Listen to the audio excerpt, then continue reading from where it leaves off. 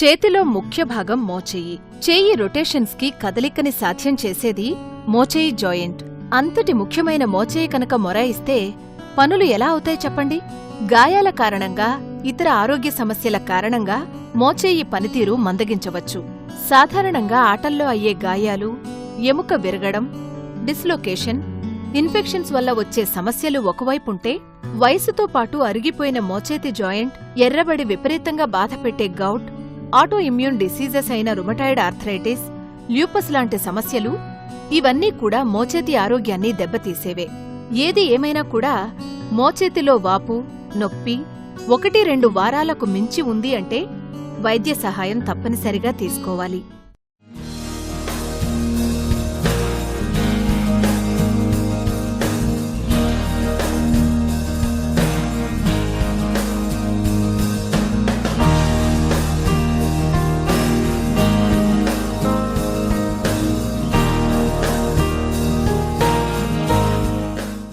చేతుల కదలికల్ని సాధ్యమయ్యేలా చేసేది ఎల్బో లేదా మోచేయి. మరి ఆ మోచేయి మొండికేస్తే బోలెడు పనులు ఆగిపోతాయి కదూ. సాధారణంగా మోచేతి సమస్యలు గాయాల కారణంగా లేదా కీళ్ల అరుగుదల కారణంగా రావచ్చు. ఇవే కాకుండా మోచేతులకు జరిగే ఫ్రాక్చర్స్, బెణుకులు, డిస్లొకేషన్స్ కూడా మోచేతిని ఇబ్బంది పెట్టే కొన్ని కారణాలు. సమస్య ఏదైనా సరే అది మోచేతిని వేధిస్తుందంటే తప్పక వైద్య సహాయం తీసుకోవాలి. అందుకే మోచేతి నిర్మాణం పట్ల, వచ్చే ఆరోగ్య సమస్యల పట్ల, చికిత్స గురించి ఎంతో కొంత అవగాహన కలిగి ఉండటం తప్పనిసరి. ఈనాటి ఆరోగ్యమస్తు కార్యక్రమంలో మోచేతి నొప్పి, కారణాలను, చికిత్సను గురించి వివరంగా తెలుసుకుందాం. చేయి కదలికలకి సాధ్యపడే మోచేతి ఆరోగ్య సమస్యల గురించి తెలుసుకునే ముందు మోచేతి నిర్మాణం గురించి క్లుప్తంగా తెలుసుకోవడం ముఖ్యం. 3 పొడవాటి ఎముకలు కలిసే కూడలి మోచేయి. మోచేయి కీలులో ఎముక, కార్టిలేజీ అనే ఫర్మ్ టిష్యూ, లిగమెంట్లు, కదలిక సులువుగా జరిగేందుకు తోడ్పడే ల్యూబ్రికెంట్ తరహా ద్రవ పదార్థం ఉంటుంది. ఎముకని, కండరాన్ని కలిపే పీచులాంటి టిష్యూలు, టెండెన్స్ ఉంటాయి. వీటి వల్ల మోచేతి కీలు కదలిక సాధ్యపడుతుంది. గాయాల కారణంగా లేదా ఆరోగ్య సమస్య వల్ల ఈ భాగాల్లో ఏ ఒక్కటి దెబ్బతిన్నా కూడా మోచేతిలో వాపుతో పాటు నొప్పి వస్తుంది.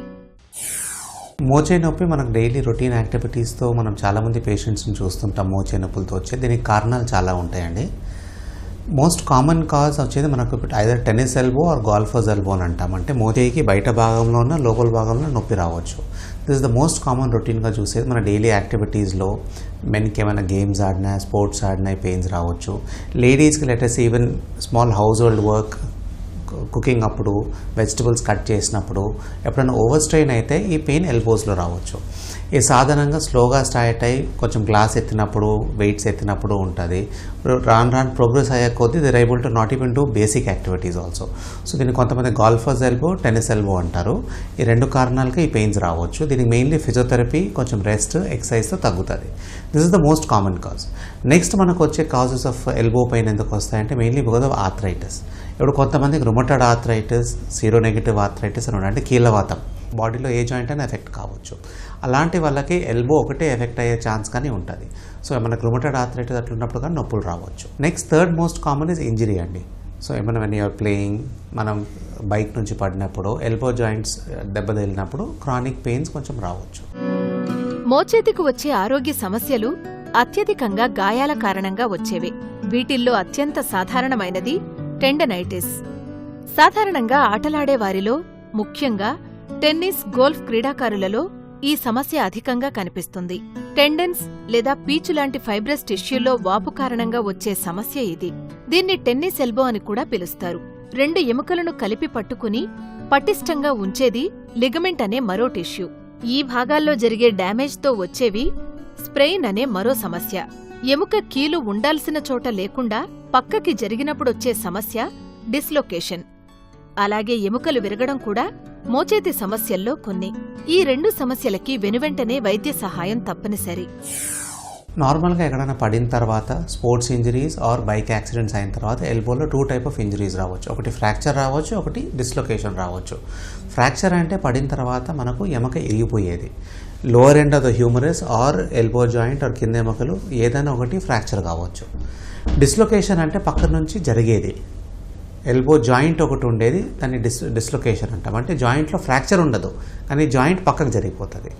These two are major injuries that occur, fractures and dislocations. Fracture dislocations రెండింటికి మనం ఇమ్మీడియట్గా అవుతూనే, మనకు యాక్సిడెంట్ అవుతూనే పేషెంట్ మనం ఎమర్జెన్సీ డిపార్ట్మెంట్కి తీసుకోవాలి, ఏదో హాస్పిటల్కి అయినా.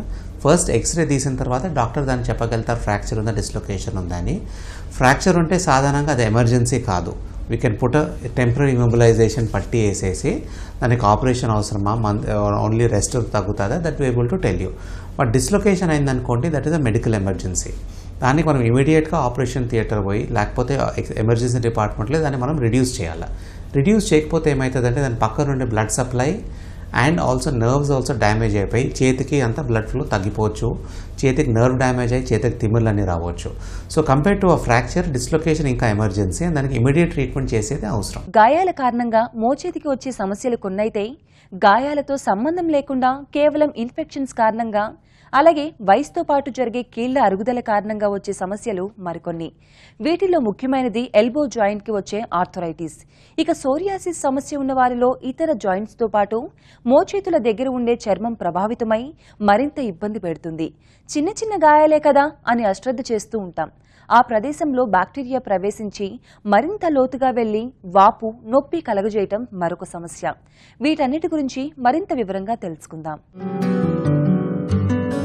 మోచేతికి ఎలాంటి దెబ్బ తగలకపోయినా కూడా ఒక్కోసారి వివిధ అనారోగ్యాల కారణంగా కూడా సమస్యలు రావచ్చు. వీటిల్లో ప్రధానమైనది ఆర్థరైటిస్. ఎముకలను కలిపే జాయింట్స్లో ఉండే కార్టిలేజీ అనబడే ఫర్మ్ టిష్యూ ఎముకలు స్మూత్గా కదలడానికి సహకరిస్తుంది. కాని వయసు పైబడే కొద్దీ కార్టిలేజీ అరుగుదలకి లోనై సన్నటి పొరలా మారడం వల్ల ఎముకల కదలికలకి సాధ్యపడే స్మూత్నెస్ పోవడంతో జాయింట్ తీవ్రమైన నొప్పి కలుగచేస్తూ కదలికలప్పుడు కరకరలాడటం మొదలుపెడుతుంది. ఈ పరిస్థితినే ఆర్థరైటిస్ అని అంటారు. సాధారణంగా మోకాళ్లకీ సమస్య అధికంగా చూస్తుంటాం. కాని మోచేయి కీలు కూడా అరుగుదలకి గురయ్యే అవకాశాలు లేకపోలేదు. ఇక మోచేతికి రుమటాయిడ్ ఆర్థరైటిస్, సోరియాటిక్ ఆర్థరైటిస్ లాంటి మరికొన్ని సమస్యలు కూడా రావచ్చు. ఎల్బో ఆర్థరైటిస్ మనకు మోకాళ్ళ అరుగుదల వచ్చేది మాదిరి, హిప్ జాయింట్స్ అరుగుదల వచ్చే మాదిరి సేమ్ థింగ్స్ ఎల్బోలో కానీ డ్యామేజెస్ రావచ్చు. బట్ ఇది చాలా అన్కామన్ అండి. మనం అవుట్ పేషెంట్లో ఒక 100 మంది ఆర్థరైటిస్ చూస్తే 100 మందిలో ఒకరికే ఎల్బో ప్రాబ్లమ్స్ ఉండొచ్చు. సో వాళ్ళ కీళ్ళవాతం ఉన్నా, రుమటెడ్ ఆర్థరైటిస్ ఉన్నా, ఆర్ సీరోనెగటివ్ ఆర్థరైటిస్ ఉన్నా కానీ బాడీలో ఏ జాయింట్ అయినా ఈ ఆర్థరైటిస్తో ఎఫెక్ట్ కావచ్చు.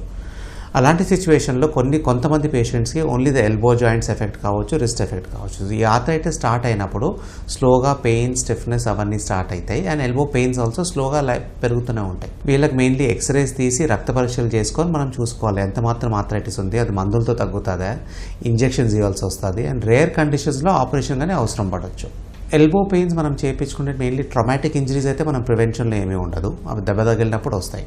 But most of the elbow pains are non traumatic, అంటే వర్క్ రిలేటెడ్ స్ట్రెస్తో వస్తాయి అవి. సో వాట్ వీ కాల్ మనకు అనేది రెపిటేటివ్ స్ట్రెస్ ఇంజరీ అంటామండి. సో ఎనీ యాక్టివిటీ మనం రొటీన్ యాక్టివిటీలో చేసేది రిపీటెడ్గా సేమ్ యాక్టివిటీ చేస్తే ఆ same elbow joint or whichever joint అది ఎఫెక్ట్ అవుతుంది. సో మనం చేసే activities also we have to give a rest period and repetitive activities avoid చేసుకోవాలి. మనం ఇప్పుడు certain people who are working in the factories same object lift చేసి same motion చేస్తూ కొద్దీ if they get the same activity road at least 8 to 10 hours చేస్తే at least ఒక 1 month 2 months తర్వాత pain start అవుతాయి. సో రెపిటేటివ్ యాక్టివిటీస్ అవాయిడ్ చేసి and అలాంటి వాళ్ళకు సేమ్ యాక్టివిటీస్ ఉన్నప్పుడు వర్క్ పోస్చర్ చూసుకోవాలి. అంటే ఫిజియోథెరపిస్ట్ ఇన్వాల్వ్ అయ్యి వర్క్ పోస్చర్ చూసుకొని మనం యాక్టివిటీస్తో పెయిన్ ఎట్లా రాకుండా చేయాలని వాళ్ళు నేర్పించాల్సి వస్తుంది. సో జాయింట్ మీద స్ట్రెయిన్ పడుకోకుండా, మసిల్స్ మీద స్ట్రెయిన్ పడుకోకుండా మనం ఏ యాక్టివిటీ చేసినా కానీ రొటీన్గా చేసుకొని స్ట్రెంథనింగ్ ఎక్సర్సైజ్ చేస్తే ఆ పెయిన్ వచ్చే ఛాన్స్ తక్కువ ఉంటుంది.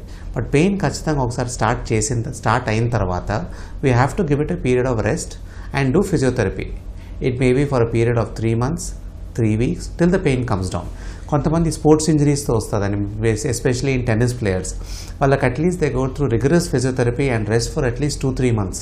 నా టెన్నిస్ ప్లేయర్స్కి ఒకసారి టెన్నిస్ ఎల్బో స్టార్ట్ అయిందనుకో ఇమీడియట్గా ఒక 3 weeks రెస్ట్లో తగ్గదు అది. It requires a prolong rehabilitation. అంటే అట్లీస్ట్ ఒక 3 months వరకు రెస్ట్ ఇచ్చి ఫిజియోథెరపీ, స్ట్రెచ్చింగ్ ఎక్సర్సైజ్ చేస్తేనే అది కంట్రోల్ అయ్యేది. ఒక్కోసారి చేయి పొడవునా వెళ్లే నరాలు నొక్కుకుని పోవడం వల్ల కూడా మోచేతి సమస్య రావచ్చు. ఇలాంటి వారిలో చెయ్యి మొద్దుబారినట్టు ఉండడం, నొప్పి, తిమ్మిరెక్కినట్టుగా ఉండడం కూడా జరగవచ్చు. ఏవైనా ఆటో ఇమ్యూన్ ఆరోగ్య సమస్యల కారణంగా శరీరంలో వివిధ భాగాల్లో ఇన్ఫ్లమేషన్ సమస్య, ల్యూపస్ కారణంగా కూడా మోచేయి నొప్పి రావచ్చు. ఇక యూరిక్ యాసిడ్ హెచ్చు కారణంగా వచ్చే గౌట్ అనబడే సమస్య వల్ల సాధారణంగా పాదాల వేళ్లలో ఎర్రదనంతో కూడిన వాపు రూపంలో నొప్పిని కలుగచేస్తుంది. కొందరిలో మోచేతులలో కూడా గౌట్ సమస్య రావచ్చు. ఎముక, టెండన్స్, కండరం, చర్మం ఈ భాగాల నడుమ కందెన లాంటి ఫ్లూయిడ్ కలిగి ఉండే చిన్న సాక్స్ లేదా తిత్తులనే బర్సే అని అంటారు. కదలికకి సాధ్యపడే పలు భాగాలను స్మూత్ గా పనిచేసేలా చేస్తుంది బర్సే. ఎప్పుడైతే ఇది వాపు అలాగే ఇరిటేషన్ కి గురవుతుందో అప్పుడు బర్సైటిస్ అనే సమస్య రావచ్చు. ఎల్బో పెయిన్ లక్షణాలు నార్మల్గా అంటే అండి, ఎల్బో మూమెంట్ చేసినప్పుడు కొంతమందికి పెయిన్ ఉండొచ్చు, అంటే స్ట్రైటన్ చేసినప్పుడు, ఫోల్డ్ చేసినప్పుడు. కొంతమందికి tennis elbow and golfer's elbow ఉంది. టెన్నిస్ ఎల్బో అంటే అవుటర్ పార్ట్ ఆఫ్ ద ఎల్బోలో పెయిన్ వస్తుంది, గాల్ఫర్స్ ఎల్బో అంటే లోపల భాగంలో పెయిన్ వస్తుంది. ఇలాంటి వల్ల కొంచెం గ్లాస్ ఎత్తినా కానీ ఇది యాక్చువల్లీ ఈ పెయిన్ వచ్చేది రిస్ట్ మూమెంట్తో రాదు. Whenever you're moving the wrist, elbow move చేస్తే పెయిన్ రాకపోవచ్చు వీళ్ళకి. రిస్ట్ మూమెంట్స్ చేసినప్పుడు ఎల్బోలో పెయిన్ వస్తుంది, అంటే ఎల్బో చుట్టుపక్కల ఉండే కండరాలు కొంచెం వీక్ అయి ఉంటాయి, టెండనైటిస్ వచ్చి ఉంటుంది. సో ఈ పెయిన్ స్టార్ట్. కొంతమందికి ఏమైనా దెబ్బ తగిలితే స్వెల్లింగ్స్ వస్తాయి, మూమెంట్స్ వస్తుంది, అండ్ లేటర్ స్టేజెస్లో స్టిఫ్నెస్ కానీ వస్తుంది. అంటే మార్నింగ్ మనం పరుపు నుంచి లేసినప్పుడు, morning times any period of rest తర్వాత కానీ మనం లేసినప్పుడు ఎల్బోలో స్టిఫ్నెస్ ఉంటుంది. So these are the main symptoms. Main pain ఉంటుంది, స్టిఫ్నెస్ ఉంటుంది, అండ్ రేంజ్ ఆఫ్ మోషన్ అంటే movement also will be painful. Elbow pain మనకు ఏజ్తోనే రావచ్చండి. ఫ్రమ్ చిల్డ్రన్లో మామూలుగా వచ్చేది గేమ్స్ ఆడినప్పుడు, స్పోర్ట్స్ ఆడి పడినప్పుడు ఎల్బోస్ దగ్గర వాళ్ళకి బోన్స్ కంప్లీట్గా ఫామ్ అయ్యిండవు, అంటే కార్టిలేజెస్ ఏరియాస్ ఉంటాయి, అవి డ్యామేజ్ అయినా కానీ అవి దాన్ని దెబ్బ తగిలినా కానీ ఎల్బో పెయిన్స్ రావచ్చు. కానీ మోస్ట్ కామన్ ఎల్బో పెయిన్ మనం చూసేది from the age of letters 25-30 నుంచి 60-70 వరకు, ద వర్కింగ్ గ్రూప్లో అండి. And also again elbow pains మనం ఇప్పుడు ఓల్డ్ ఏజ్లోనూ 70-75 ఇయర్స్లో తక్కువ ఉంటుంది, బికాజ్ ఆ ఏజ్లో వాళ్ళు పనులు ఎక్కువ చేసేది ఉండదు, అండ్ దాని usage of the elbow also తక్కువ ఉంటుంది.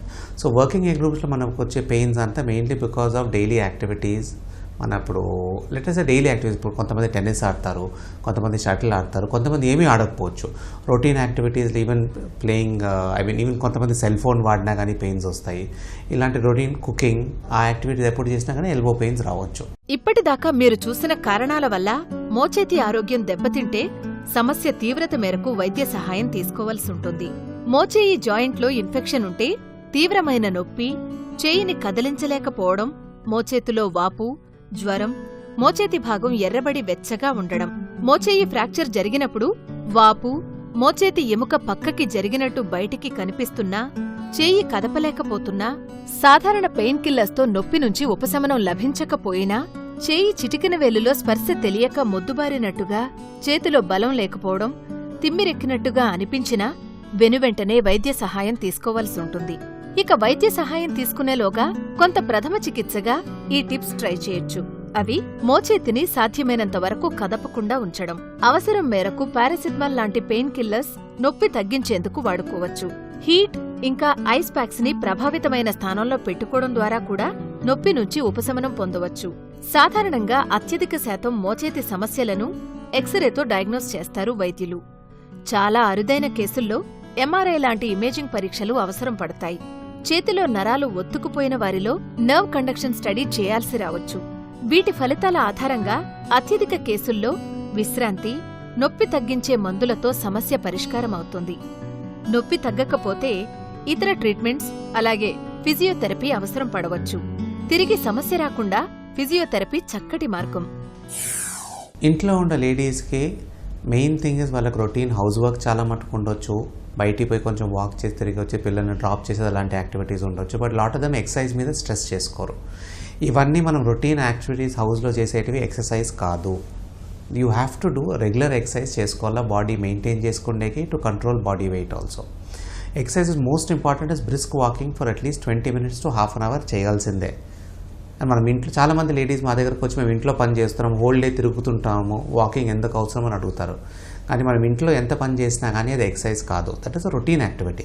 ఎక్సర్సైజ్ చేయాలంటే we have to do at least 20 minutes to half an hour brisk walking, బయట ఎక్కడైనా లేకపోతే ట్రెడ్మిల్తో అయినా మనం వాకింగ్ చేయాలి. This is for aerobic activity. So muscle heart rate పెరుగుతుంది, మసిల్ న్యూట్రిషన్ పెరుగుతుంది, అండ్ స్ట్రెంగ్త్ ఆల్సో వస్తుంది. కొంతమంది లేడీస్కి after age of 40 general body stiffness రావచ్చు. అలాంటి వాళ్ళకి నెక్ నుంచి షోల్డర్స్ నుంచి నీస్ వరకు ఫిజియోథెరపిస్ట్ని కలిసి ఆర్ ఆ యోగా ఇన్స్ట్రక్టర్ని కలిసి జనరల్ స్ట్రెచింగ్ ఎక్సర్సైజ్ చేస్తే చాలా మంచిది. So stretches and walking combine చేసుకుంటే we can maintain our body weight and along with having a healthy diet. డయట్లో ఏమంటే మనకు చాలా important age group of 30 to 50 వరకు అంటే డయట్లో మనం కాల్షియం సప్లిమెంట్స్ అవన్నీ రెగ్యులర్గా ఉండాలి. బయట టాబ్లెట్స్ అనవసరం. టాబ్లెట్స్ మేము మామూలుగా కాల్షియం టాబ్లెట్స్ అని చెప్పేది ఆఫ్టర్ ద ఏజ్ ఆఫ్ 50 తర్వాత, మెనపాజ్ అయిపోయిన తర్వాత. దాని ముందు ఇట్ ఇస్ వెరీ ఇంపార్టెంట్ మన డయట్లోనే మనం కాల్షియం ఇంక్లూడ్ చేసి dairy products, curds, rich in calcium products తీసుకుంటే మన బోన్స్ ఆల్సో స్ట్రాంగ్గా ఉంటాయి. అండ్ వాకింగ్ అవన్నీ ఎక్సర్సైజ్ చేస్తే బోన్ స్ట్రెంత్ ఇంకా పెరుగుతుంది. కింద కూర్చుండేది, పద్మాసనం వేసుకుంటేది రొటీన్ యాక్టివిటీస్లో మనం పెయిన్ ఉన్నప్పుడు అవాయిడ్ చేయాలి. బికాజ్ మోకాళ్ళ మీద అవన్నీ స్ట్రెయిన్ ఎక్కువ పడతాయి కింద కూర్చుంటే, and that can lead to earlier onset of arthritis also. మోచేయి సమస్య కొన్ని వారాలుగా వేధిస్తుంటే మాత్రం స్టెరాయిడ్ ఇంజెక్షన్స్ అవసరం పడవచ్చు. తీవ్రమైన నొప్పి నుంచి ఉపశమనం కలిగించేందుకు మోచేయి భాగంలో ప్రభావితమైన చోట లోకల్ స్టెరాయిడ్ ఇంజెక్షన్ ని చేస్తారు వైద్యులు. సాధారణంగా టెన్నిస్ ఎల్బో సమస్య ఉన్నవారిలో ఇవి అధికంగా వినియోగిస్తూ ఉంటారు. ప్లేట్లెట్ రిచ్ ప్లాస్మా ఇంజెక్షన్స్ కూడా టెన్నిస్ ఎల్బో కోసం చికిత్సగా ప్రాచుర్యం పొందుతోంది నేడు. ఇక రుమటాయిడ్ ఆర్థరైటిస్ ఉన్న వ్యక్తుల్లో కూడా బాధ నుంచి ఉపశమనం పొందేందుకు స్టెరాయిడ్ ఇంజెక్షన్స్ త్వరగా కోలుకునేందుకు ఉపకరిస్తాయి. కానీ ఇవి వైద్య సూచన మేరకు మాత్రమే వేయించుకోవలసి ఉంటుంది.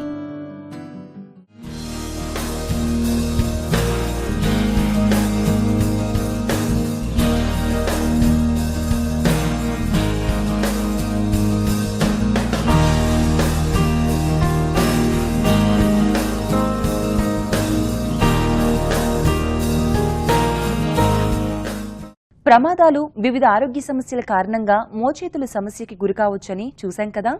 ఏది ఏమైనా సరే సమస్యని ఆదిలోనే గుర్తించి వైద్య సహాయం తీసుకోవడం ద్వారా మరిన్ని అదనపు సమస్యలు రాకుండా కాపాడుకోవచ్చు. మోచేతుల ఆరోగ్యం విషయం కూడా ఈ సూత్రం ముమ్మాటికి వర్తిస్తుంది. ఈనాటి ఆరోగ్యమస్తు కార్యక్రమంలో మేమందించిన వివరాలు మీకెంతగానో ఉపయోగపడతాయని ఆశిస్తున్నాం.